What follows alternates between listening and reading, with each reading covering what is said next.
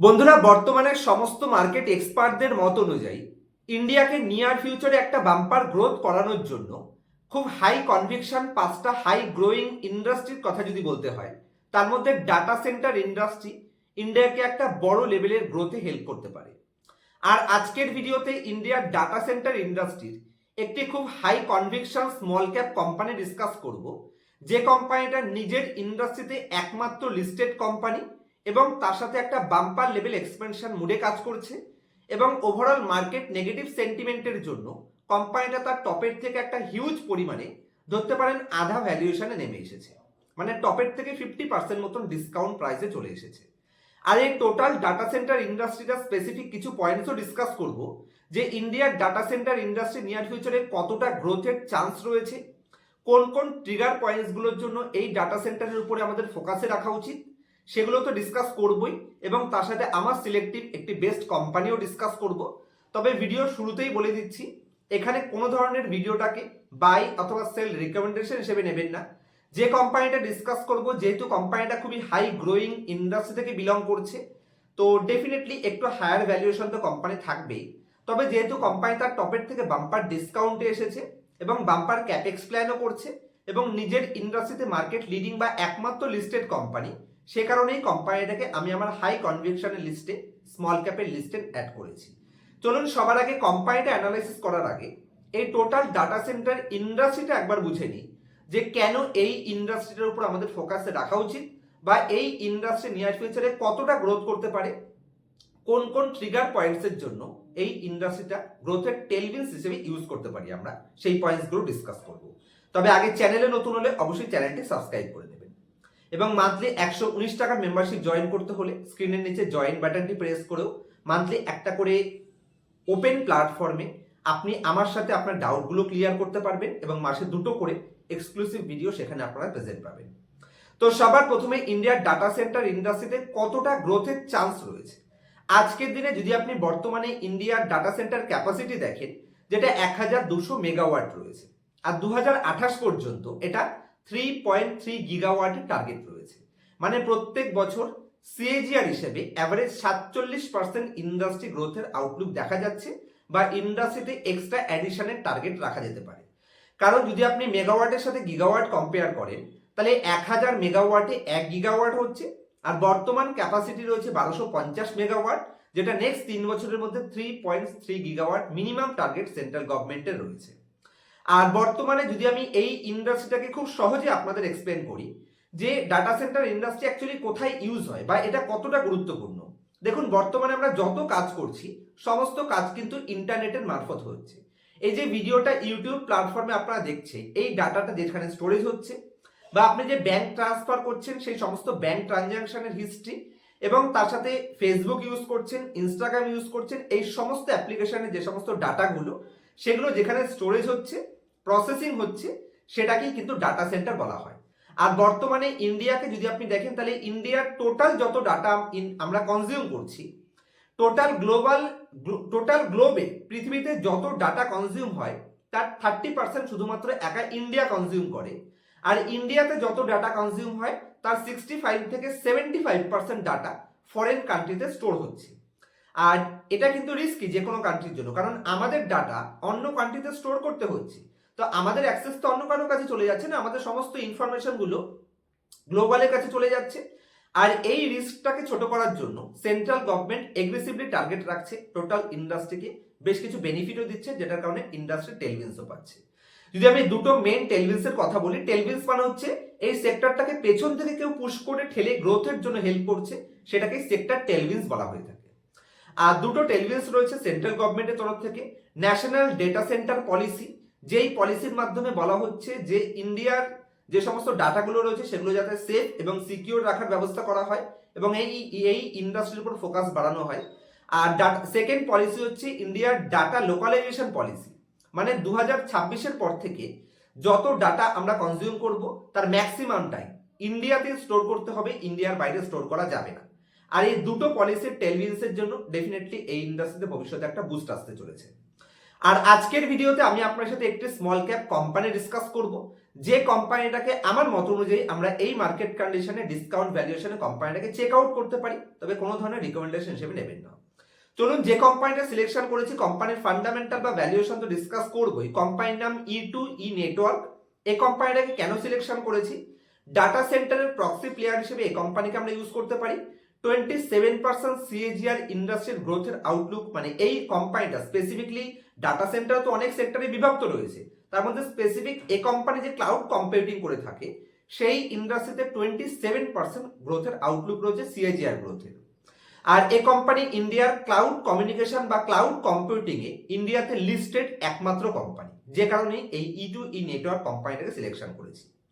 আর এই কোম্পানিটা যদি বিজনেস সম্পর্কে বলি, তাহলে এই কোম্পানির সেক্টরটা কি? ডেটা সেন্টার অপারেটর এবং তার সাথে আইটি ইনফ্রাস্ট্রাকচার সেগমেন্ট থেকে বিলং করছে, যেখানে এই কোম্পানি ক্লাউড কম্পিউটিং এর কাজ করে থাকে। কোম্পানির যদি দুটো তিনটে অ্যাডভান্টেজের কথা বলি, তাহলে এই কোম্পানি এনভিডিয়ার সাথে, ওয়ার্ল্ডের সব থেকে বড় আর্টিফিশিয়াল ইন্টেলিজেন্স কোম্পানি এনভিডিয়ার সাথে লং স্ট্যান্ডিং পার্টনারশিপে রয়েছে এবং হাই পারফর্মিং জিপিএস এর কোম্পানি কন্ট্রাক্টে কাজ করছে। কোম্পানির কাছে বর্তমানে ক্যাপাসিটি ইউটিলাইজেশন রয়েছে 30 থেকে 40% ক্যাপাসিটি ইউটিলাইজেশন কোম্পানি কাজ করছে, মানে যতটা টোটাল ক্যাপাসিটি রয়েছে তার 30 থেকে 35% বা ম্যাক্সিমাম 40% কোম্পানি ক্যাপাসিটি ইউটিলাইজেশন করছে। আর কোম্পানির ম্যানেজমেন্ট টিমের গাইডেন্স রয়েছে যে এই বছরের এন্ডিং এর মধ্যে, FY26 এর এন্ডিং এর মধ্যে কোম্পানি 80 থেকে 90% ইউটিলাইজেশনে কাজ করবে। এবং কোম্পানি নিজের একটি প্ল্যাটফর্ম তৈরি করার চেষ্টা করছে, বিল্ড করার চেষ্টা করছে, যেখানে কোম্পানি ক্লাউড পারফরমেন্স ডেভেলপমেন্ট করার চেষ্টা করছে, যার মধ্যে কোম্পানি বেশ কিছু স্পেসিফিক ডাটা সেন্টার বা এই total cloud computing a company নিজস্ব একটি প্ল্যাটফর্ম তৈরি করার চেষ্টা করছে, যেটা আদার্স কোম্পানির তুলনায় এই E2E নেটওয়ার্ক কোম্পানিটাকে কিছুটা কম্পিটিটিভ এজ বা কম্পিটিটিভ অ্যাডভান্টেজ এনে দেয়। চলুন কোম্পানির ফিনান্সিয়াল স্টেটমেন্ট বা কোম্পানির আদার্স কিছু পয়েন্টস একবার বোঝানোর জন্য বা গ্রোথ বোঝানোর জন্য আপনার সাথে স্ক্রিন রেকর্ডিং শেয়ার করছি। আশা করছি আপনারা আমার স্ক্রিনটি দেখতে পাচ্ছেন। সবার প্রথমে বলি, কোনো ধরনের রিকমেন্ডেশন নয়, এটা একটি স্মল ক্যাপ কোম্পানি, 4000 কোটি টোটাল মার্কেট ক্যাপ রয়েছে এবং এই কোম্পানি ক্লাউড কম্পিউটিং এ যেহেতু ইন্ডিয়াতে একমাত্র লিস্টেড কোম্পানি, নিজের ইনফ্রাস্ট্রাকচার প্লেয়ার হিসেবে লিস্টেড একমাত্র কোম্পানি এবং টপের থেকে একটা বাম্পার লেভেল ডিসকাউন্ট অতীতে আমি আপনার সাথে ডিসকাসও করেছিলাম এবং এই ডিসকাউন্টের জন্যই আমি কোম্পানিটাকে ওয়েট করেছিলাম। তো সেই লেভেলের ডিসকাউন্টে বর্তমানে কোম্পানি চলে এসেছে। ভ্যালুয়েশন হিসেবে পিই রেশিও কোম্পানির এক্সট্রিমলি হাই লাগছে এবং পিইজিও এক্সট্রিমলি হাই লাগছে। তার কারণ হচ্ছে কোম্পানির প্রফিট 5 ভাগের 1 ভাগ হয়ে গেছে। আর এই প্রফিট ইনক্রিজ হওয়ার মেইন কারণ হচ্ছে কোম্পানির ইন্টারেস্ট কস্ট ইনক্রিজ হয়েছে। দেখতে পাচ্ছেন কন্টিনিউ ইন্টারেস্ট কস্ট 4 কোটি থেকে 10 কোটি হয়ে গেছে এবং কোম্পানির যে আপনি ডেপ্রিসিয়েশন দেখছেন, ডেপ্রিসিয়েশন কিন্তু অ্যাকচুয়ালি জাস্ট একটা এন্ট্রি। তো এই ডেপ্রিসিয়েশন যেহেতু কোম্পানি হাই এক্সপেনশন করছে এবং ক্যাপাসিটি ইউটিলাইজ করার চেষ্টা করছে, যে কারণে ডেপ্রিসিয়েশন কোম্পানি একটু হাই দেখাচ্ছে, ওই জন্য কোম্পানির বটম লাইন রিডিউস হয়েছে। কিন্তু এই কোম্পানিতে কোনো নেগেটিভ সাইন নেই। যদি আপনি কোম্পানির শেয়ার হোল্ডিং প্যাটার্নের মধ্যে আসেন বা কোম্পানির ক্যাশ ফ্লোতে যদি আমি আসি, তাহলে ক্যাশ ফ্লো ক্লিয়ার সাইন দিচ্ছে যে company positive case from operating activities generate করছে। এমনকি কোম্পানির নেট ক্যাশ ফ্লো লেভেলেও পজিটিভ রয়েছে। বিশাল বড় ক্যাপেক্স করছে, যেটা কোম্পানির ইনভেস্টিং অ্যাক্টিভিটিসে দেখতে পাচ্ছেন 983 ক্রোর কোম্পানির ইনভেস্টিং অ্যাক্টিভিটিস রয়েছে। এর মধ্যে অনেক ডিপ অ্যানালাইসিস থাকে, আপাতত অত প্রয়োজন নেই, তাহলে এক্সট্রিমলি হাই হয়ে যাবে অ্যানালাইসিসটা। আর যদি আমি শেয়ার হোল্ডিং প্যাটার্নের মধ্যে আসি, এখানে কিছুটা নেগেটিভ সাইন আছে যে রিটেল পাবলিকের পার্টিসিপেশন কিছুটা বেড়েছে। তবে আমরা যেই মুহূর্তে দেখছি, যারা অতীতে নিয়েছে, কেউ যদি এটাকে 2024-এ নিয়ে থাকতো তাহলে তো তারা সেই মুহূর্তে অনেক হায়ার প্রাইসে নিয়ে থাকতো। এখন কোম্পানি অনেক ডিসকাউন্টে চলে এসেছে এবং রিটেল পাবলিকের অ্যাভারেজিং কমপ্লিট। যতদিনে এই সমস্ত রিটেল পাবলিক এই কোম্পানিতে পজিটিভে ঢুকবে, ততদিনে কিন্তু যদি এই লেভেলে কেউ এন্ট্রি নেয়, তারা অলরেডি অনেক বড় জায়গাতে চলে যাবে, তাই না? যে কারণে লোয়ার লেভেলে কোম্পানি সিলেকশন করতে হয়। তবে এটা যেহেতু রিস্কি বা স্মল ক্যাপ কোম্পানি, মাত্র 4000 কোটি মার্কেট ক্যাপ, সে কারণে একটু রিস্ক বুঝে ইনভেস্ট করবেন আর আপনার ফিনান্সিয়াল অ্যাডভাইজারের সাথে কনসাল্ট করে নেবেন। আর অ্যাডভাইজার না থাকলে 3%-এর বেশি যাতে কোনো মতে অ্যালোকেশন না থাকে, সেটা অবশ্যই মাথায় রেখে কাজ করতে হবে। আবার স্ক্রিন আবার দেখতে পাচ্ছেন। যদি আমি এবার আরেকবার খুব শর্টে ইনডেপথ অ্যানালাইসিস প্রেজেন্ট করি, মার্কেট ক্যাপ হিসেবে ছোট এবং ইন্ডাস্ট্রির গ্রোথের সাথে কোম্পানি পারফেক্টলি কাজ করছে, যেটা কোম্পানির টপ লাইন দেখলেই বুঝতে পারছেন। Continuously company bumper level top line growth করছে। একটা বড় লেভেলেরই company operating profit margin generate করতে পারে, যেটা কোম্পানির জন্য কম্পিটিটিভ অ্যাডভান্টেজ হিসেবে দেখা যায়। কোম্পানির বটম লাইন শর্ট টার্মে কিছুটা প্রবলেম থাকলেও হিস্ট্রির একটা বাম্পার ট্র্যাক রেকর্ড মেনটেন করে। আর স্টক প্রাইস কিন্তু টপের থেকে বর্তমানে স্টক প্রাইস সিএজিআর যদি আমি দেখি তাহলে 1 ইয়ারে -51% রয়েছে। বাকি কোম্পানির রিটার্ন অন ইকুইটি দেখুন বা কোম্পানির টপ লাইন গ্রোথ দেখুন বা বটম লাইন গ্রোথ দেখুন, সবকিছুই কিন্তু হিস্টোরিক্যাল লেভেলের সব থেকে হাইয়েস্ট পজিশনে রয়েছে। ব্যালেন্স শিটের মধ্যে কোম্পানির বড়োইং কিছুটা বাড়লেও, কেন বড়োইং বেড়েছে আশা করছি আপনারা বুঝতে পেরেছেন, যে কোম্পানি বাম্পার ক্যাপেক্স করছে, ফিক্সড অ্যাসেট কন্টিনিউ গ্রোথ করছে। এক বছরের মধ্যে 400 কোটি ফিক্সড অ্যাসেট থেকে 1100 কোটি ফিক্সড অ্যাসেটে কোম্পানি নিয়ে গেছে। এই সিডাব্লিউআইপি কিন্তু কোম্পানির কমপ্লিট হয়ে গেছে, যেটা 2025-এ ছিল, 2026-এ ও কারণে অ্যাড হয়েছে। তো ডেফিনেটলি একটা কোম্পানির শেয়ার প্রাইসে যেই পজিটিভ সাইনগুলো আমরা খুঁজে থাকি, এই কোম্পানিটার মধ্যে কিন্তু অলমোস্ট সেই ম্যাক্সিমাম পজিটিভ সাইনগুলো রয়েছে। শুধু একটাই নেগেটিভ সাইন, যে কোম্পানি অতীতে একটা বিশাল বড় রিটার্ন দিয়ে রেখেছে এবং ভ্যালুয়েশন ওয়াইজ কোম্পানি একেবারে সস্তা তো নয়। আর এই 400 যে পি রেশিওটা দেখছেন, এটা অ্যাকচুয়ালি সঠিক পি মেজারমেন্ট নয়, কারণ 47 কোটি প্রফিট থেকে 9 কোটি প্রফিটে চলে এসেছে। এটার কারণ তো একটু আগে বললামই, বাম্পার লেভেল ক্যাপেক্স এবং বিশাল বড় ডেপ্রিসিয়েশন দেখানো, তো যেটা নিয়ার ফিউচারে অ্যাডজাস্টমেন্ট হবে। তবুও যদি আমি অ্যাভারেজ পি দেখি তাহলে আমি 100-র আশেপাশে, যেহেতু হাই গ্রোয়িং ইন্ডাস্ট্রি এবং ইন্ডাস্ট্রির মার্কেট লিডার, সে কারণে একটু বেশি পি ডিমান্ড করে।